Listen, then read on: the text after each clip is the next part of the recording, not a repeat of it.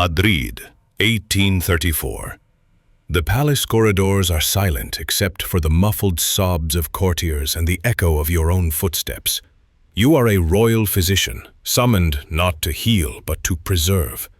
Spain's king, Ferdinand VII, lies lifeless, and yet your work has only begun. Death has not ended his demands. The Queen Regent Maria Cristina stands before you, eyes glistening with tears, her face drawn with exhaustion. But her request is not of mourning, it is something darker, almost unthinkable. She bids you to step closer to the body, to preserve not merely a king, but the most grotesque symbol of his reign. Your hand trembles as you pull back the silk sheets. Even in death, Ferdinand seems to mock you. His face bears the cruel mask of a man who had ruled Spain for 2 decades through paranoia, betrayal, and tyranny. Yet it is not his face that commands your attention. Beneath the sheets lies the secret whispered in palace corridors, the monstrous legacy historians never dared to pen openly. The king's grotesquely misshapen endowment, both a source of humiliation and perverse pride. The air in the chamber is heavy, not only with the stench of embalming herbs, but with history itself. You realize this is no ordinary task. You are preserving not simply flesh, but the embodiment of a reign, one swollen, deformed, and destructive, a body reflecting the corruption of power. The irony is cruel. A man who had twisted his kingdom now leaves behind a twisted anatomy to match. As you prepare your instruments, your mind wanders. You recall the whispers of royal cushions designed to protect screaming brides, of quack doctors summoned from across Europe, of rituals performed beneath flickering candlelight in the hope of conceiving an heir. These were no idle tales. They were fragments of Spain's nightmare, played out behind gilded doors while the nation bled. The task before you is grim, but you know that what you preserve today will outlast whispers and gossip. It will outlast kingdoms. It will outlast you. For within this chamber, the story of Ferdinand VII begins not with glory, but with grotesquerie, a tale of how one man's private torment became an entire nation's tragedy. And to understand him, to understand how Spain came to be dragged through years of betrayal, cruelty, and humiliation, you must return to the beginning, not to this deathbed, but to his cursed birth, when fate itself seemed to conspire against Spain. Ferdinand was born in El Escorial, a palace monastery carved from cold granite and colder intentions. It was less a home than a monument to control. The long echoing corridors, the scent of incense, the heavy crucifixes in every chamber, all reminded its occupants that Spain was not merely ruled, but watched by God. And it was here, beneath frescoed ceilings and under the judgment of ancestors entombed within the walls, that Ferdinand entered the world already shackled by the blood in his veins. He was the product of a royal line that had folded in on itself. The Habsburgs, and later the Bourbons, had for generations married cousins to cousins, uncles to nieces, believing that by preserving the purity of their lineage, they were safeguarding the sanctity of their reign. But what they were truly preserving was disease. The faces painted in court portraits had begun to blur into sameness, sunken eyes, protruding jaws, lifeless expressions, all hints of a genetic trap slowly closing. Ferdinand, from his first cry, was part of that slow implosion. His father, Charles IV, was a man more comfortable holding a rifle than a scepter. Obsessed with hunting, indecisive in court, and often absent in mind, Charles was a monarch in title only. The true force in the palace was Ferdinand's mother, Maria Luisa of Parma, ruthless, proud, and rumored to have taken the powerful Manuel de Godoy as both advisor and lover. It was whispered, even in cautious tones, that Ferdinand may have been Godoy's son in more than just political inheritance. But, whether by blood or proximity, he inherited all the emotional rot that festered behind royal smiles. By the time Ferdinand reached adolescence, the whispers had already begun. Something was wrong with the prince, not his manners or his studies, but something deeper, more disturbing. His body, it seemed, was betraying him in the most intimate way.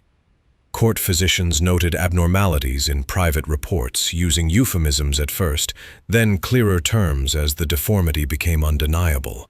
His member, they wrote, was not merely large, it was inhuman, misshapen, curved unnaturally, so long and thick at the end that it resembled, in the words of one physician, a malformed club. Another likened it to a billiard cue tapering from wax-thin to grotesquely bulbous. These were not the drunken exaggerations of gossips, but the measured observations of trained doctors, notes kept under lock and key in Vatican vaults for centuries. And yet the physical abnormality, horrifying as it was, would pale in comparison to the psychological scar it left behind. In an era where masculine virtue was tied not to size but to symmetry, where the refined and restrained body of the classical world still reigned as the ideal, Ferdinand's condition was not a mark of virility, but a freakish curse. He became ashamed of what other men whispered behind fans and folded napkins. Children absorb humiliation like smoke. They wear it in their posture. They exhale it as anger. And Ferdinand learned young that no amount of etiquette or velvet could hide the way people looked at him. Servants giggled when they thought he wasn't listening. Diplomats reported rumors home with a mixture of fascination and horror. Potential brides were warned in vague, ominous terms. But worse than the laughter was the pity. That quiet, condescending glance, the way his tutors would pause before discussing anything involving manhood or succession, that was what corroded him. Ferdinand began to see mockery in every smile, every gesture, every silence. He would carry that perception twisted and festering for the rest of his life. The result was a prince who turned inward, then turned cruel, a young man who learned to crush before being laughed at, a future king who would come to see Spain not as a kingdom to serve, but as a stage to revenge himself upon. As Ferdinand aged, the whispers in the palace corridors grew louder, though never in his presence. By the time he reached his late teens, the deformity that had first been mentioned in cautious tones among royal physicians had become an open secret, cloaked in dread. Servants traded jokes when they thought no one of rank was listening. Foreign envoys reported back to their courts with veiled observations, noting the peculiar condition of the Spanish air, careful never to name it outright.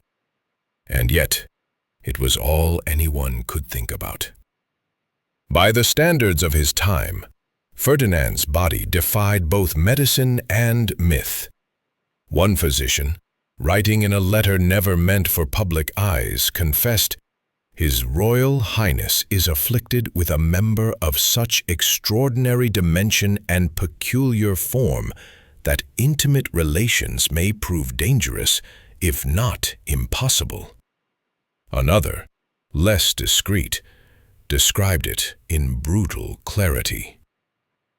"Thin as sealing wax at the root, as thick as a man's fist at the tip. It bends like a question no one dares to ask."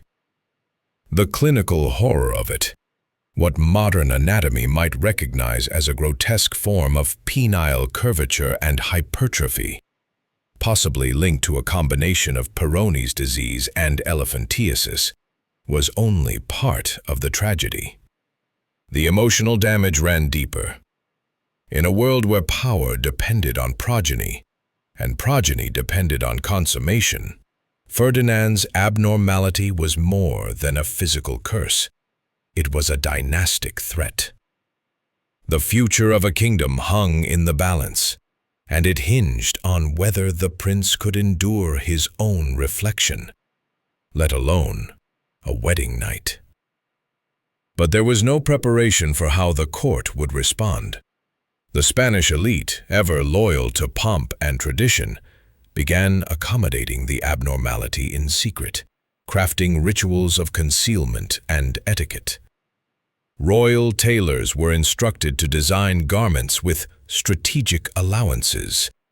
Furniture was custom-built to ensure Ferdinand could sit or stand in public without discomfort or revelation.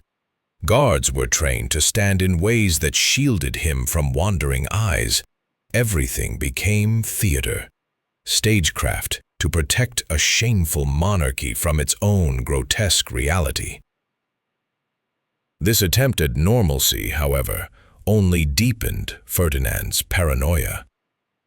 He came to see mockery in the subtlest expressions: a lowered gaze, a tightened lip, a paused sentence. He suspected everyone.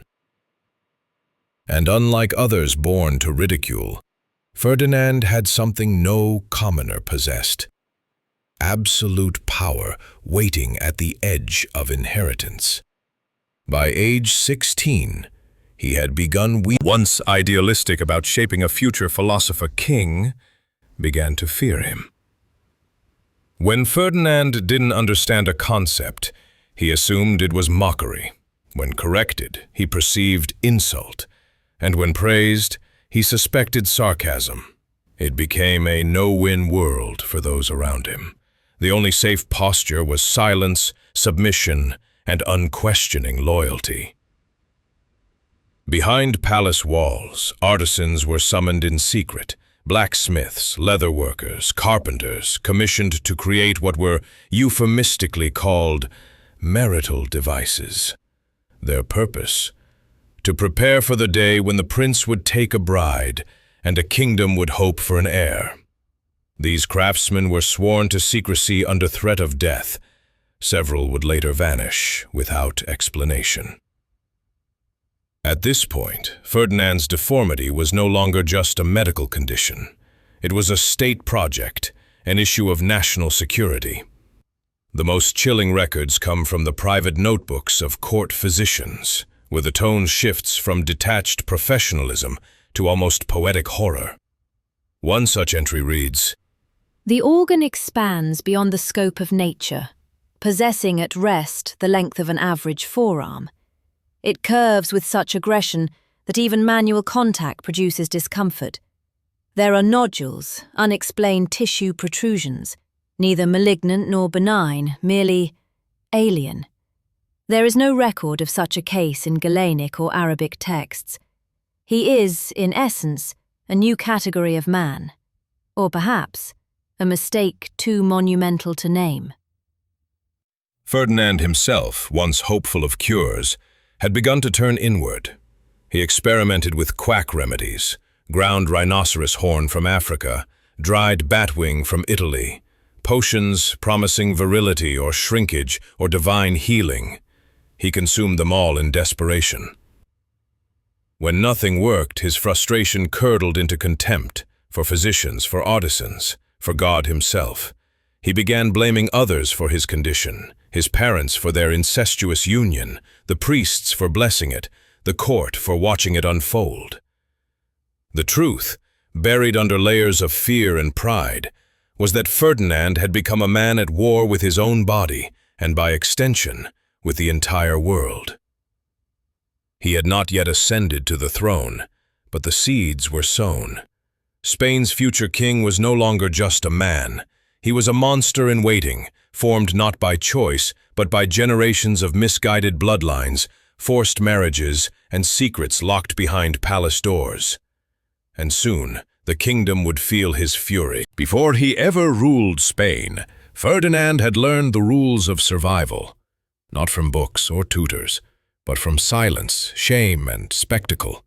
His childhood, like so many royal upbringings, was not defined by joy, but by performance. Every bow, every glance, every breath in the palace was calculated. And Ferdinand, the deformed boy prince, quickly understood that while he wore velvet and gold, his position was far from secure. He was watched, ridiculed, and above all, alone. His father, King Charles IV, was present in body but absent in all else. A man more enamored with hunting rifles than policy, Charles retreated to the woods when the court needed guidance, to game lodges when the people needed leadership. His soft nature, once considered endearing, became a national liability. Ministers bypassed him. Nobles laughed behind his back. Even his own children whispered that the king was nothing more than a ceremonial figurehead, a puppet in velvet gloves. The real power in the palace rested with Queen Maria Louisa, a woman of immense appetite, politically, emotionally, and physically. Rumors of her affair with Manuel de Godoy, a low-born guardsman turned prime minister, weren't whispers. They were declarations painted into satire, etched into pamphlets, and murmured in every salon from Cadiz to Catalonia. She didn't hide her dominance over Charles IV, she flaunted it. And young Ferdinand was forced to watch, day after day, as his mother reduced his father to a compliant, cuckolded shell. To the young prince, power looked like seduction, control, and betrayal. Love, if it existed at all, was conditional, transactional. And trust? That was a game for fools. By age 10, Ferdinand no longer looked at his parents as protectors. He saw them as rivals, figures to outlast, if not destroy. The dysfunction was corrosive. The prince's deformity had already begun warping his sense of self. But the dynamics of his family, the betrayal he watched his father endure, the open mockery of court officials, the way Godoy strutted through the palace as if it were his own, made Ferdinand something far more dangerous than a lonely child. It made him calculating. The whispers about his anatomy were still there, humming in the background like a wasp behind a curtain. Servants snickered, tutors stumbled over lessons involving marriage or fertility. Foreign ambassadors noted that the prince was ill-suited to the conjugal arts and passed along their judgments in coded reports. Ferdinand noticed. He always noticed. Every misstep, every sideways glance, every pause that lingered a second too long. He began cataloging slights like a ledger. His tutors tried to mold him into a classical gentleman. They taught him Latin, theology, courtly manners, but their efforts were wasted. Ferdinand had no interest in philosophy or statecraft. What he absorbed instead was the dark art of manipulation. Did his capacity for cruelty. There was an incident, quietly omitted from official biographies, but preserved in the journal of a palace chaplain. One afternoon, a young page, perhaps no older than 12, accidentally entered Ferdinand's dressing room. The boy, embarrassed, averted his gaze and immediately apologized, but it didn't matter. Ferdinand, red with rage and shame, demanded punishment. Not a reprimand, not dismissal. He had the boy flogged, publicly, and then exiled, along with his entire family. The message was clear. My body is taboo. My shame is sacred. Anyone who sees it will suffer. These acts weren't merely tantrums. They were rehearsals. Ferdinand was discovering that power could be weaponized as both punishment and armor. Each cruel order, each unjust exile, allowed him to rewrite the narrative. If he could instill fear, he could erase laughter. If he could control pain, he could mask his own. By the time he entered adolescence, the palace had transformed into a psychological pressure cooker. Ferdinand trusted no one. He suspected everyone. The prince would often walk the halls at night, listening at doors, interrogating servants under the guise of casual conversation. His paranoia was not unfounded. People were talking. But his responses, disproportionate, ruthless, and cold, would come to define his character as a monarch. It was during these formative years that Ferdinand began keeping lists, not of tasks, not of diplomatic contacts, but of enemies. People who had wronged him, people who had laughed. people who had merely hesitated in their loyalty. Some of these names were crossed off later, after their mysterious demotions or disappearances. Others stayed, etched in ink, haunting his notebooks long into his reign. But behind all the cruelty, beneath the layers of velvet and venom, there remained a boy, twisted not just in form, but in expectation. His life had been a lesson in humiliation, his body a joke, his parents a cautionary tale. Ferdinand VII was not born a tyrant. He was forged by whispers, by betrayal, and by a court that taught him that mercy was weakness, and that to rule, one must first avenge. Soon, that vengeance would no longer be confined to palace walls. It would reach into bedrooms, battlefields, and the very soul of Spain. In 1802, the Spanish court staged what appeared to be a perfect royal union. The bells of Madrid rang, velvet-clad carriages rolled through crowded avenues, and the cathedral was adorned with all the splendor befitting a future king's wedding. At the center of this performance stood Ferdinand, newly 20, and his bride, Maria Antonia of Naples and Sicily, just 17. Soft-spoken, intelligent, and unaware of the abyss she was stepping into. The marriage had been arranged when they were children, a political alliance between Bourbon cousins, another knot in the ever-tightening web of inbreeding that had already cursed them both. But for Maria Antonia, raised on ideals of chivalric romance and Catholic devotion, it was not just duty, it was a fairy tale. Ferdinand had been nicknamed El Deseado, the desired one, by his supporters. She imagined a gallant prince. What she got was a secret the entire court tiptoed around, a husband physically incapable of consummating their marriage without violence. The wedding night was supposed to seal the union. Instead, it shattered any illusion of normalcy. As Maria Antonia's ladies-in-waiting prepared her chamber, they were met with strange instructions. Custom-made cushions, unknown salves, and bizarrely shaped wooden devices were delivered. Marital aids, explained in hushed, embarrassed tones. One attendant later wrote that the supplies looked more like the tools of a surgeon than the belongings of a bride. Maria Antonia was innocent. Her religious education had emphasized purity, not anatomy. She had no idea what awaited her. And then Ferdinand entered the chamber. The moment she laid eyes on him, truly saw him, she screamed. Not a gasp, not a flinch, a scream so blood-curdling it echoed through the palace. Her attendants rushed in to find her backed against the wall, sobbing, pointing, and repeating the same word over and over. Monster. What she had seen, preserved in eyewitness accounts from court physicians and staff, was a body part so grotesquely malformed it defied belief. Ferdinand's genitalia, long rumored to be unusually large, was far worse. Swollen, asymmetrical, riddled with unnatural curves and nodules, it was, as one physician wrote privately, a creation of nature's cruelest mockery, more weapon than organ. Maria Antonia was dosed with laudanum to calm her hysteria, but that night did not end. It proceeded with medical precision. Court physicians were called in to supervise what amounted to a ritualized procedure.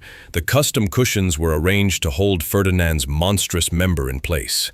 Oils were applied, instructions were whispered, and what followed was not a wedding night but a mechanized violation carried out under the guise of royal duty. Maria Antonia endured. She had no choice, but something inside her closed doors. Her laudanum usage increased. She refused to be alone with her husband. Her letters home became erratic, her eyes hollow. Modern psychologists, looking back, would diagnose her with severe sexual trauma and dissociation. But in 1802, she was simply told to be brave, to obey. Ferdinand, for his part, interpreted her revulsion as betrayal. In his twisted view, it wasn't his body that was broken, it was her mind that was weak. He grew colder, more controlling, and when no pregnancy followed, his desperation began to spiral. He blamed her, then the stars, then demons. He summoned astrologers, alchemists, and foreign mystics. Rituals were held under moonlight. Maria Antonia was forced to lie still as incense burned and men in strange robes chanted over her. One mystic, said to be from the East, convinced Ferdinand that his deformity was a symbol of divine favor, the dragon's rod, and that the problem lay not with him, but with the Queen's spirit, which must be unlocked. These ceremonies became part of their routine.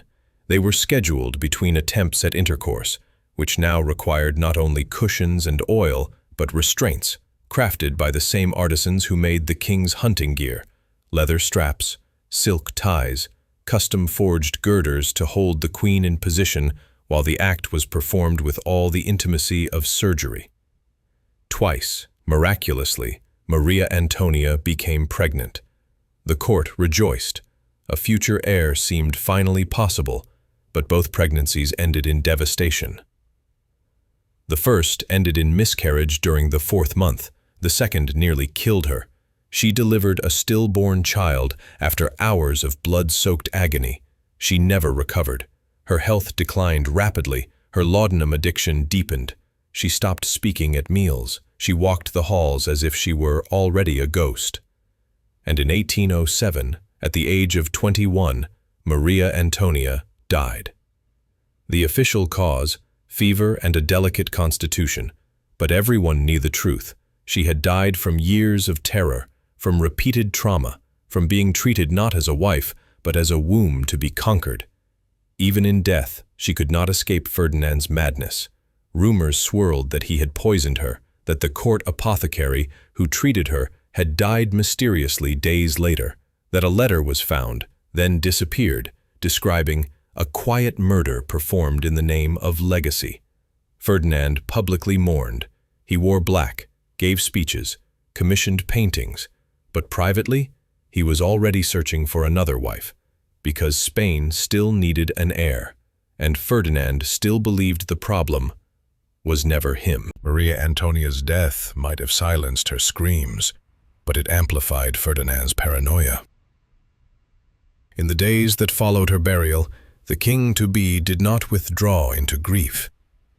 He withdrew into calculation. He began auditing the palace staff, interrogating physicians, cross-examining maids. He wasn't looking for sympathy. He was hunting for saboteurs. In his mind, someone, perhaps many, had interfered.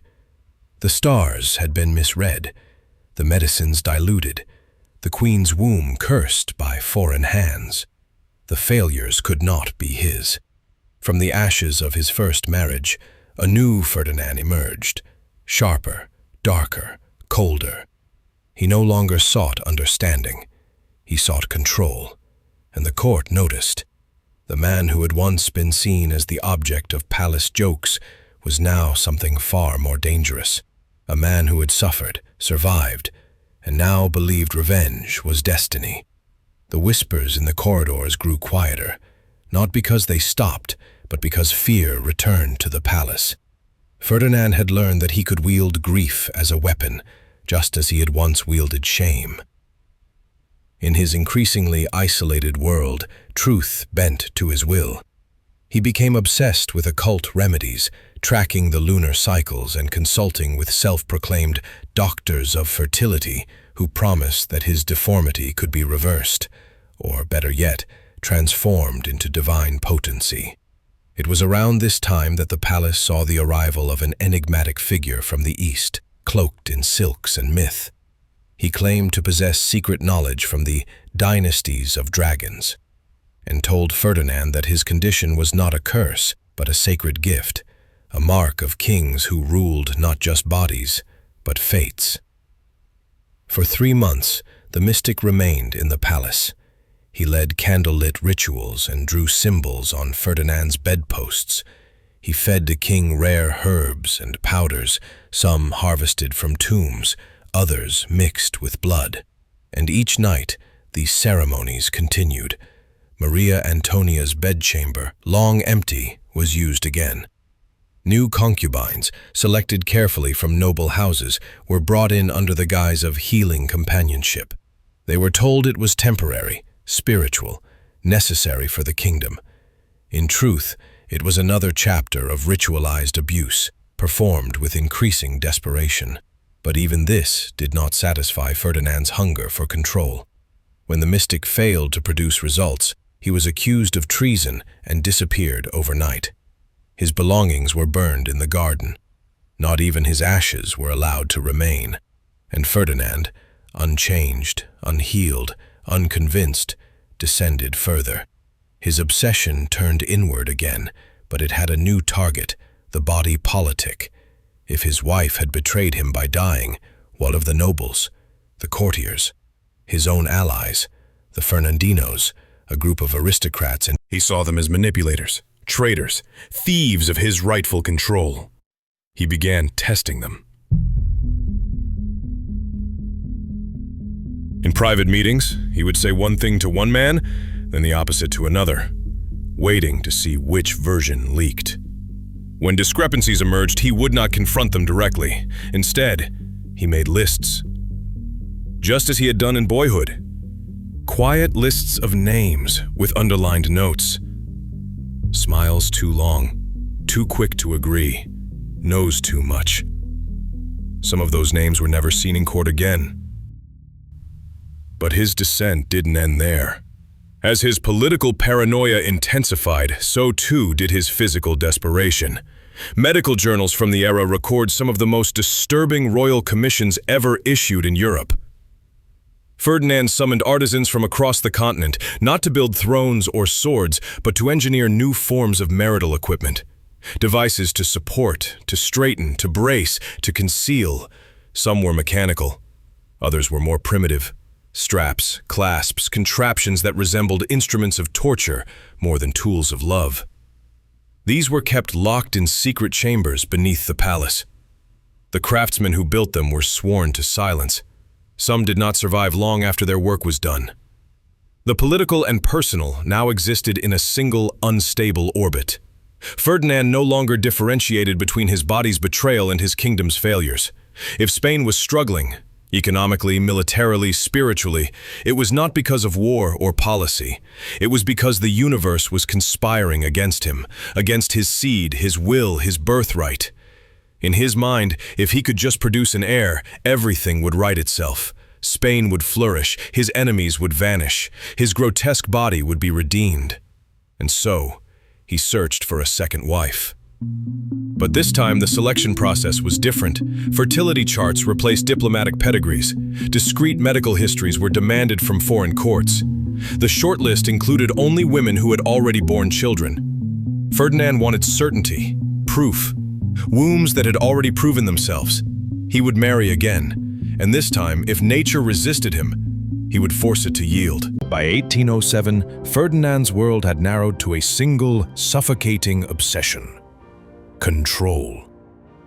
He could not command his own body, but he would command everything else: people, policies, fate itself. His failed marriage had taught him that emotion was a weakness. Now, he ruled his inner circle with suspicion and calculation. And when the opportunity arose to overthrow his father and seize the crown, he embraced it, not as a gamble, but as destiny. Spain, under King Charles IV and his powerful minister Manuel de Godoy, was crumbling. The people whispered of corruption, of a monarchy hollowed out by indulgence. Godoy, once a palace guard, now a virtual ruler, was loathed by both the aristocracy and the church.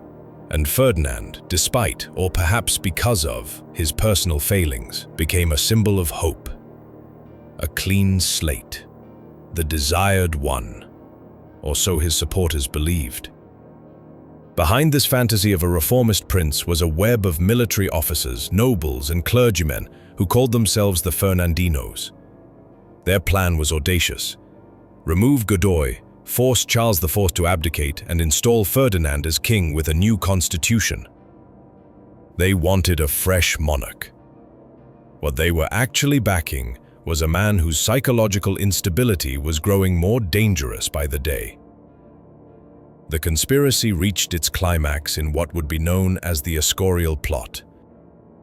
It was poorly timed, poorly organized, and most of all, it revealed a truth the conspirators hadn't accounted for.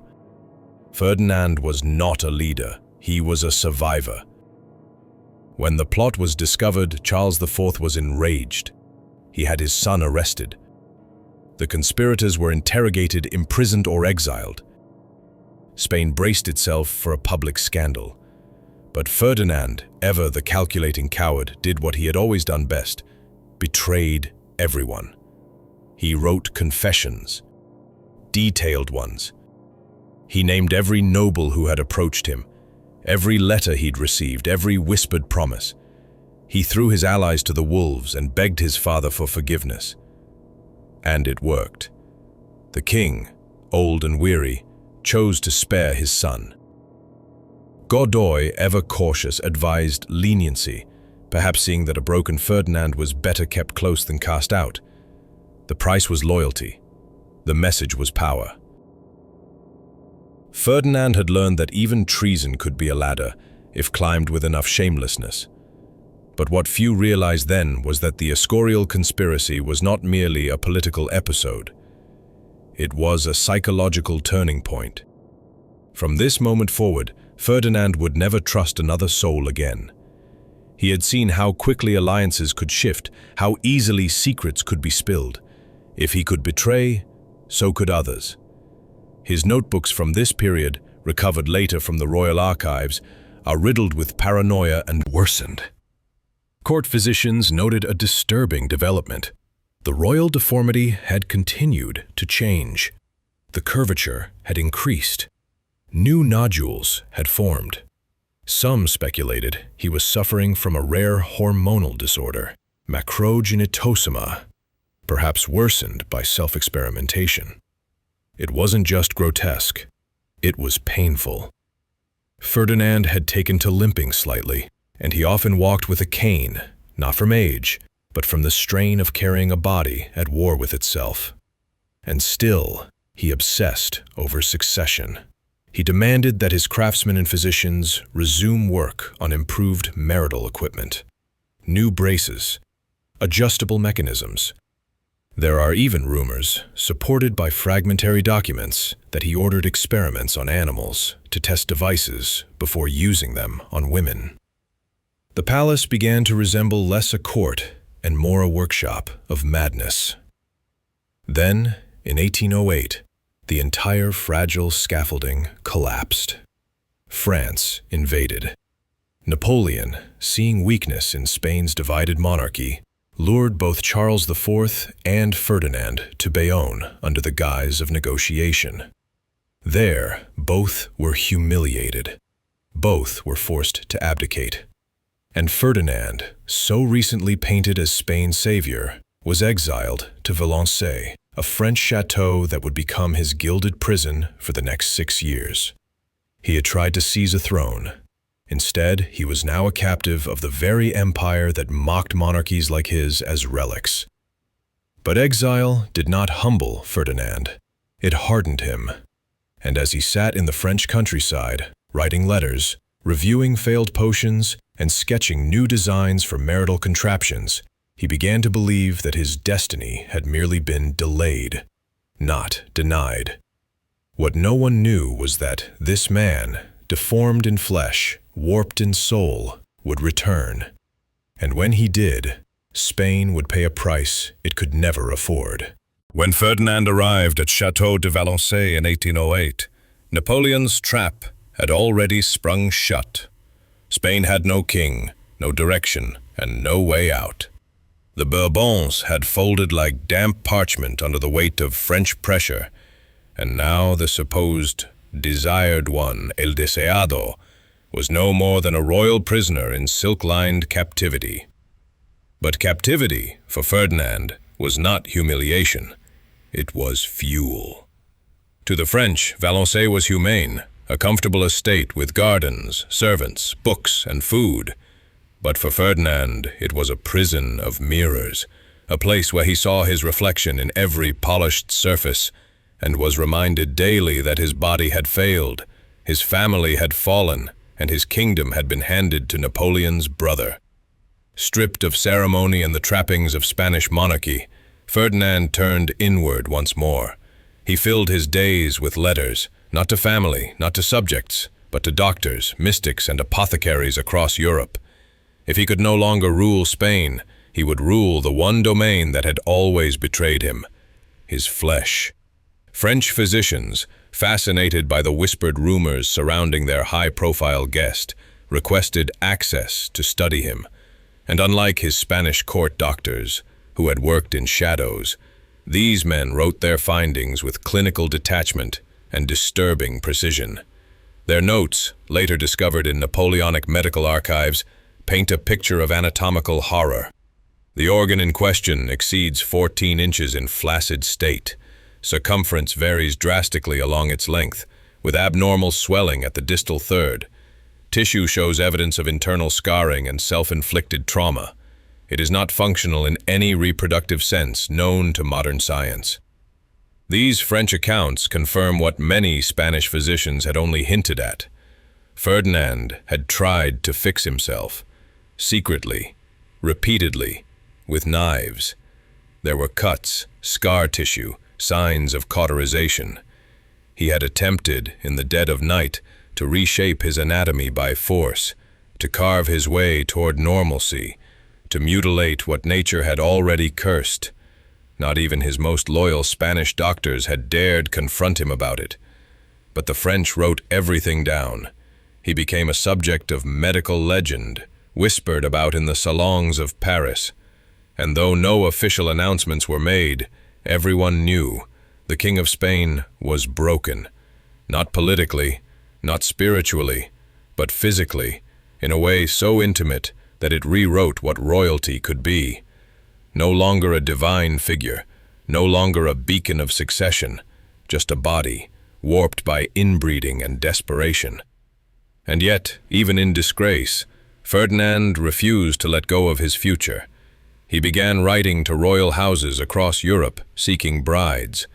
One letter to the Habsburg court in Vienna asked, with chilling candor, whether any woman of noble character and robust constitution, describing his condition as a test from God, which, if overcome, would surely bless the union with sons. No one responded.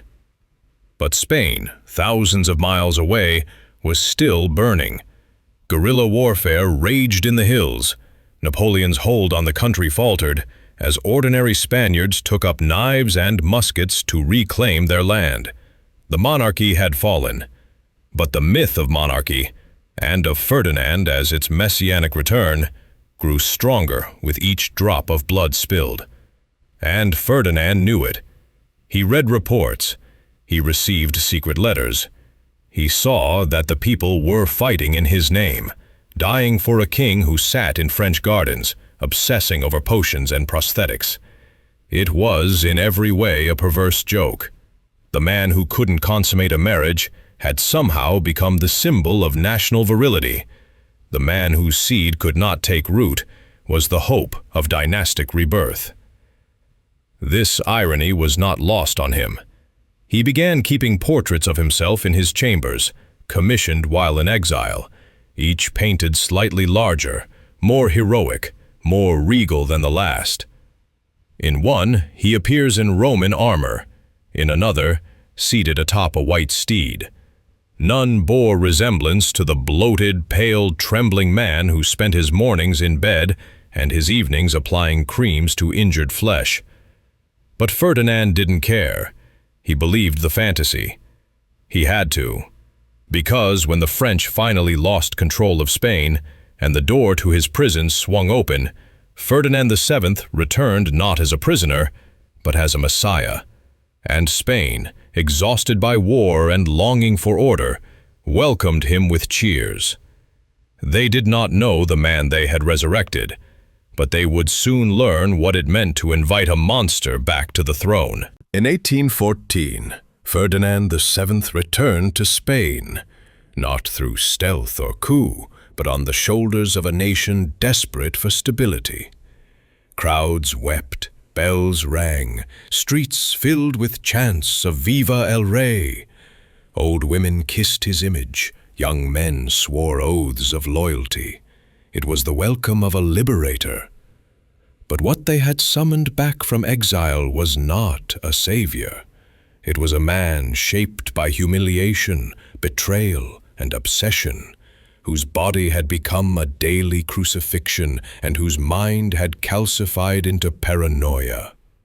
His 6 years at Valence had not softened him, they had fermented him, and now, with power once again in hand, Ferdinand intended to mold Spain into the same contorted shape that had defined his own life. His first act upon return? Not to thank the Cortes who had governed in his absence, not to praise the people who had bled for his name. No, he abolished the liberal constitution of 1812. He reinstated absolute monarchy with the flick of a quill. Freedom had been a placeholder. Ferdinand had returned, and he was angry. What followed was a period historians now call La Década Ominosa, the ominous decade. But at the time, it had another name, El Silencio. People stopped speaking freely. Writers were jailed. Priests watched their own congregants. Neighbors turned on each other. Inquisition-like structures were revived. Censorship swept the press. Dissenters vanished overnight. The king didn't merely rule by decree, he ruled by fear. But behind the curtain of public tyranny, the private drama of Ferdinand's reign continued. His obsession with producing an heir had become pathological. He commissioned an entirely new generation of marital devices, this time from the finest artisans in Europe.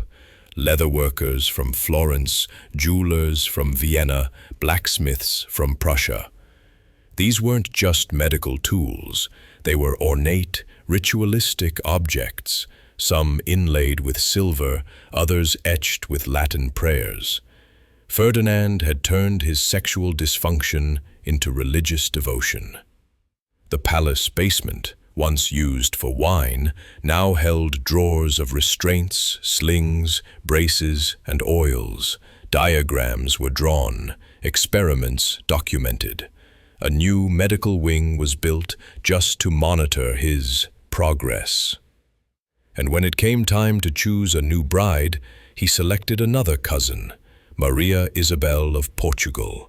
She was young, 19, and already proven fertile through her lineage. She had been warned, of course, quietly, carefully, but royal duty demanded compliance. Their wedding in 1816 was a spectacle of Baroque excess. Trumpets blared, gilded entered the room after dawn, found broken furniture, shattered porcelain, and the queen curled in a corner, rocking and whispering prayers. The physician's notes, found decades later in hidden archives, were clinical but devastating. The king's condition remains incompatible with safe marital congress. Trauma inflicted upon Her Majesty requires sedation and stitching. Immediate recommendation, indefinite abstention. But abstention was not an option. Spain needed an heir, and Ferdinand needed redemption. He took the queen again, and again. Each time with fresh mechanisms, revised rituals, and diminishing mercy. Maria Isabel never recovered. She developed tremors, nightmares, stuttering episodes. Her ladies-in-waiting reported that she flinched at sudden movement and often vomited before being summoned to the royal chambers. Her hair began to fall out in clumps. Her physicians labeled it female hysteria. Modern medicine calls it what it was: psychological collapse. And yet, the court kept smiling. Spain pretended. Behind the scenes, Ferdinand's delusions worsened. He began consulting not just physicians, but circus performers and anatomists, asking them to observe his technique. He believed his failure was mechanical, not biological, and that some new adjustment, a tighter brace, a different angle, might unlock success. The palace became a laboratory of dysfunction. Foreign dignitaries visiting Madrid noted the strange silences, the evasive responses when asking about the royal family. Rumors of sadistic behavior, of torture disguised as medicine, circulated quietly in Vienna, Paris, and London. Marriage negotiations with other European houses slowed. Some withdrew entirely. Others demanded unprecedented clauses, separate chambers, dedicated physicians, personal guards. The king's body had become a diplomatic liability, and when Maria Isabel died in 1818, barely 2 years into the marriage, the official cause was listed as nervous exhaustion. But those closest to her knew the truth. She had not died from sickness. She had died from survival. Ferdinand wept at her funeral. Then, within months, he began the search for wife number 3. The cycle, blood, silence, death, would repeat again. Because in the mind of Spain's most twisted king, his body was not the problem. The problem was the world that refused to bend to its shape. Spain was unraveling, but Ferdinand VII remained locked in a solitary war, with his own body, his court, and the unrelenting pressure of legacy. 2 wives had died, neither producing the heir he believed would save his name and justify his reign, but the kingdom still demanded a queen, and so, in 1819, at age 35, Ferdinand married again. His third bride was Maria Josepha Amalia of Saxony, a reserved, pious woman of 24. She arrived in Madrid with little ceremony and less hope. Her family, burdened by financial ruin, had accepted the match reluctantly, aware of the rumors that clung to the Spanish throne like mold. Maria Josepha was no naive princess. She had been briefed in detail by Saxon physicians, by envoys, even by her own mother, on what she might endure. Unlike her predecessors, Maria Josepha came prepared. She brought her own doctors, her own prayer books, and a hidden pouch of herbal sedatives. This wasn't a romantic union. It was a mission of endurance. The marriage began like the others, with careful planning, measured smiles, and an ever-growing sense of dread. The wedding night, once a moment of celebration, had become a kind of ritualized trauma.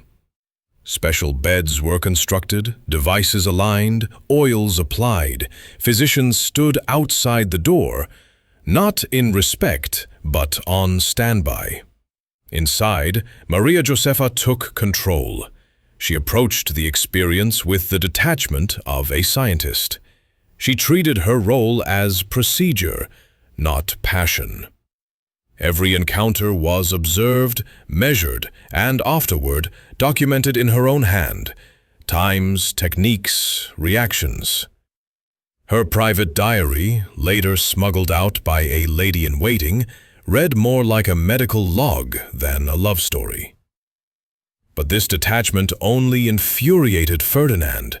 He had grown used to fear. Fear made him feel powerful.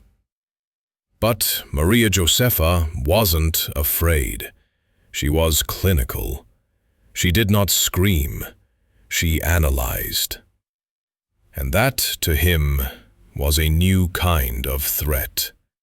He began accusing her of espionage. He believed her notes were being sent to Saxony, that she was documenting him as a case study, not a husband. His paranoia grew. He had her letters intercepted, her meals tested, her attendance interrogated. He ordered his spies to watch her every movement, convinced that she was plotting to humiliate him internationally.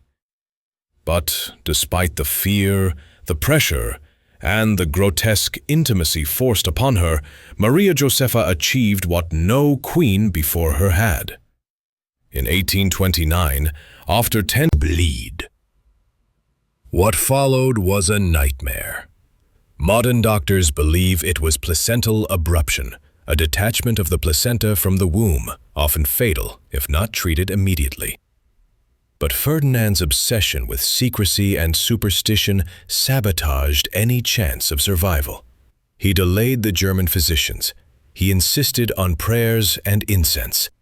He summoned alchemists, not surgeons. When labor began, it was a horror show. Ferdinand insisted on being present.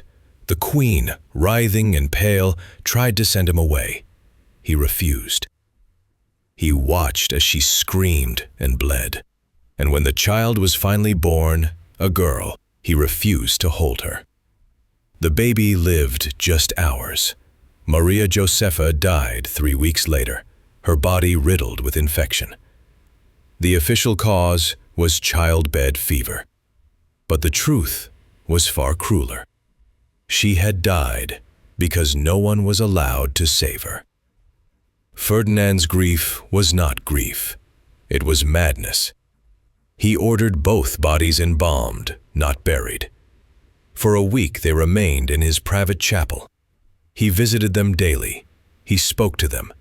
He commissioned death masks and had one hung at the foot of his bed. The palace smelled of rot. Staff began fainting. One priest resigned. When the bodies were finally laid to rest, Ferdinand didn't attend the funeral. He was in his chambers, writing to the Vatican, asking if resurrection was possible through prayer. And yet, unspeakably, he was not finished. Within months, his advisors brought forward candidates for a fourth marriage. Because Spain still had no heir. Because legacy still mattered. Because Ferdinand still believed that the world, not he, was broken. In late 1829, with the stench of his third wife's death still lingering in palace corridors, Ferdinand VII prepared to marry again. He was older now, 45, and visibly declining. His gait was uneven, his complexion sallow, and his temper increasingly erratic. Yet his obsession remained fixed. He would produce an heir. If it destroyed him, so be it. Spain demanded it. God demanded it, or so he believed. His choice this time was Maria Cristina of the Two Sicilies, a distant Bourbon cousin, barely 23 years old. She was intelligent, diplomatic, and, most importantly, already pregnant. What followed was a political charade so brazen it barely disguised itself.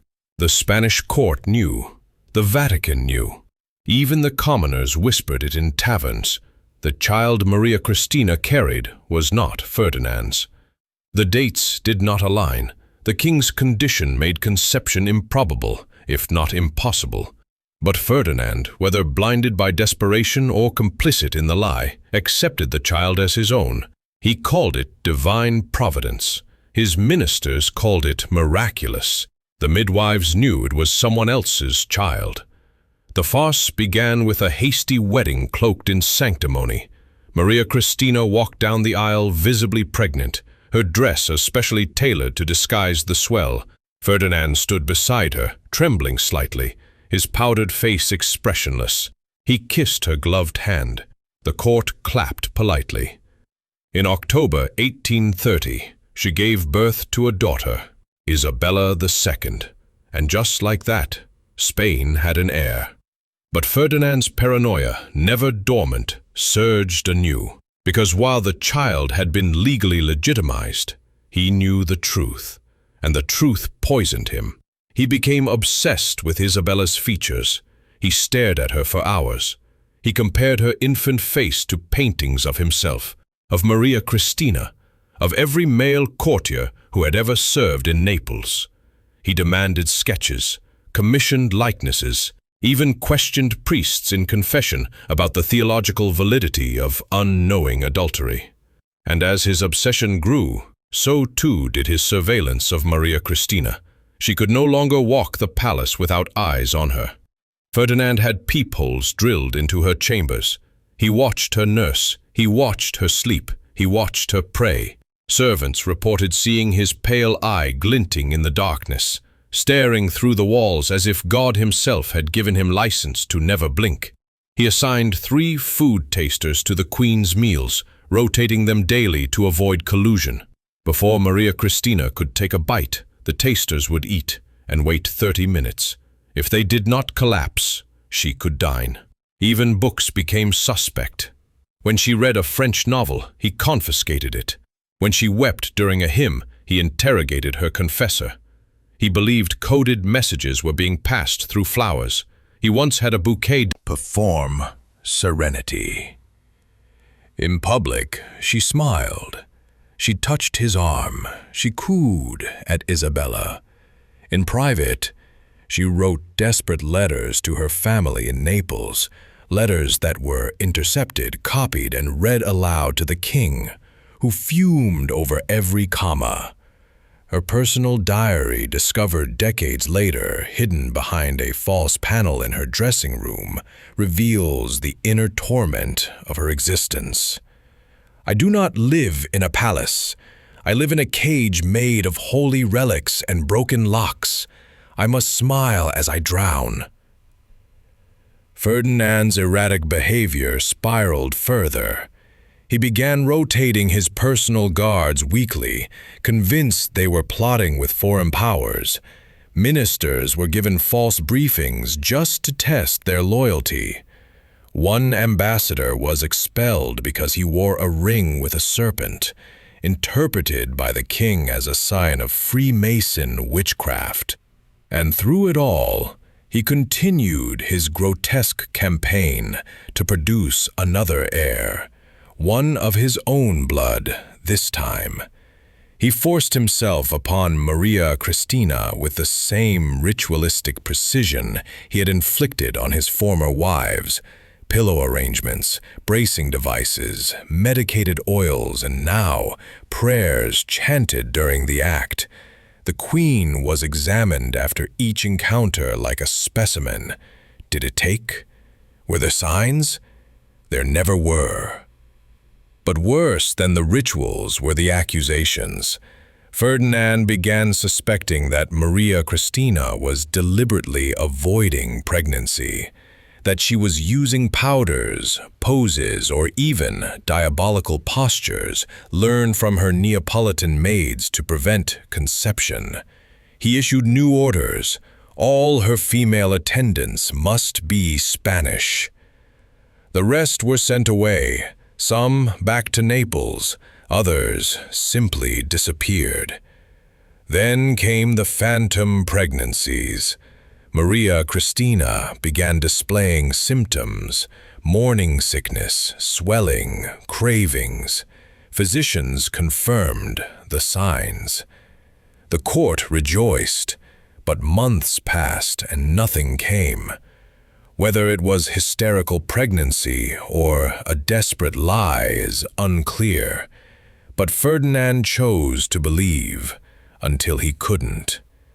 And when the illusions crumbled, so did he. He stopped attending council meetings. He began speaking to paintings. He accused the Virgin Mary statue in the royal chapel of betraying him. He ordered it removed and replaced with one that had kinder eyes. Meanwhile, Spain was collapsing. The empire that had once ruled half the globe was now mocked in foreign courts. Revolution simmered. The treasury bled. Ministers begged for reforms. But Ferdinand, too consumed with semen and suspicion, heard nothing but the beating of his own failing heart. By the autumn of 1833, Ferdinand VII was no longer a king in the traditional sense. He was a shadow cast over a dying court, a man whose crown weighed nothing compared to the burden of his own flesh. Spain had become a theater of decline, its monarchy a tragic farce, and at its center stood a ruler who had spent more energy battling his own anatomy than leading his people. He no longer walked without assistance. His limbs trembled, his stomach bloated with retained fluid, his mind drifted in and out of delirium, muttering to portraits, lecturing invisible conspirators, and interrogating his confessor about divine punishment. Ministers entered his chambers with prayers, not proposals. No one dared deliver bad news. The throne had become a sickbed, the palace a mausoleum in waiting. And yet, even in these final days, his obsession never waned. Isabella, his supposed daughter, played at his feet, unaware of the storm her very existence created in her father's mind. He loved her, perhaps. He feared her, certainly. She was proof of his failure. The crown would pass through her not because he had triumphed over his affliction, but because he had surrendered to a lie. He began calling for Maria Cristina at all hours, demanding to know whom she had copulated with under God's moon. He ordered the construction of a special confessional just for her, fitted with a hidden peephole and a scribe. When she refused to enter it, he accused her of sorcery. He became convinced that poisons were being administered through skin-to-skin contact. He ordered Maria Cristina to undergo medical inspection before every interaction, even the briefest touch of a hand. Court physicians complied, shamed into silence by royal decree. One wrote in his diary, "The king has lost not his body, but the very soul of his reason.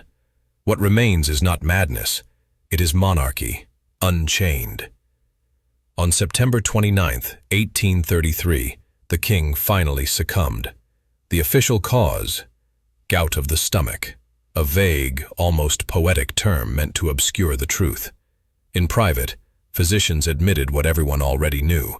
Ferdinand had died of exhaustion, not just of the body, but of the soul. He had spent decades fighting a war with himself, and the war had consumed him. But death was not the end.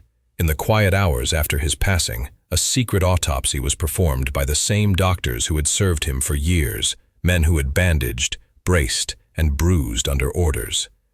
They knew the king's body better than they knew their own children, and now they would cut it open. What they found confirmed every rumor ever whispered in candlelight.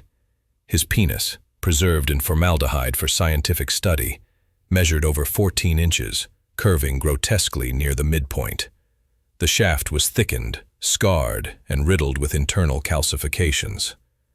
Along its underside were the unmistakable signs of deliberate self-mutilation, incisions. "Organ of a man," one doctor wrote, "but the final statement of a reign that could never love, only dominate." Alongside the preserved specimen were sketches, diagrams, and years of notes, compiled in secret by palace physicians and now locked away in the Vatican archives, where they remain to this day. The Church, unable to reconcile such grotesquerie with divine right, deemed the findings politically and spiritually dangerous. They sealed it all, the organ, the reports, the truth. What survived instead was a sanitized legend that Ferdinand had restored order, that Isabella was his rightful heir, that his reign, though imperfect, was necessary. But the truth is far more human, far more horrifying. Ferdinand VII left behind a kingdom in ruins, financially crippled, politically unstable, and morally gutted. Civil wars would soon erupt. Regional factions would claim the throne. Spain, once an empire, would become a cautionary tale. And all of it could be traced to one man's body, to his shame, to his silence, to his refusal to confront what he truly was, a man broken by blood, by legacy, and by fear. His wives had died not of disease, but of despair. His child was crowned not by inheritance, but by necessity. His ministers had ruled not with loyalty, but with terror. And his kingdom suffered not from invasion, but from intimacy weaponized as power. The preserved organ, now hidden in a lead-lined box in a vault beneath Rome, has never been displayed. Scholars who have glimpsed it speak of it in hushed tones. Some call it a relic, others a curse. One Vatican archivist simply described it as the most dangerous artifact in Europe, not because of what it is, but because of what it reveals. Because, in the end, Ferdinand VII did achieve immortality, not as a monarch, not as a martyr, but as a reminder that power, unchecked, can deform not only nations, but the very flesh of the men who wield it. His body was grotesque, but his reign was worse.